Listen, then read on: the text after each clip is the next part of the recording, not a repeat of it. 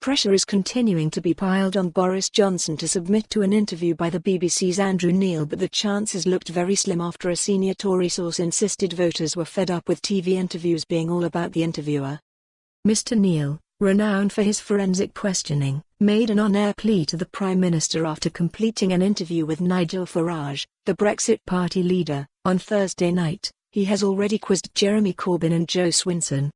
In a direct challenge to Mr. Johnson, the Scot said, "There is no law, no Supreme Court ruling, that can force Mr. Johnson to participate in a BBC leader's interview. But the Prime Minister of our nation will, at times, have to stand up to President Trump, President Putin, President Xi of China. So, it was surely not expecting too much that he spend half an hour standing up to me." The PM has also declined to be interviewed by ITV's Julie Etchingham, who interviewed Mr. Corbyn last night. However, this morning a senior Conservative source gave little hope the PM would comply with Mr. Neil's request, saying, "The public are fed up with interviews that are all about the interviewer and endless interruptions. The format is broken and needs to change if it is to start engaging and informing the public again." The PM will focus on talking to voters about people's priorities, including investing in our NHS and helping with the cost of living, he added.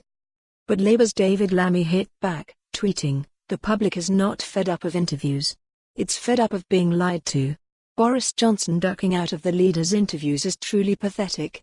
He is breaking the public's trust yet again."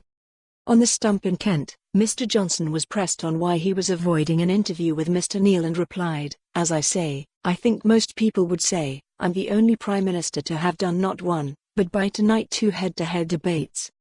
I've done 118 sit-down interviews with journalists, I've fielded innumerable questions, we cannot accommodate everybody. There's a guy called Lord Buckethead who wants to have a head-to-head debate with me.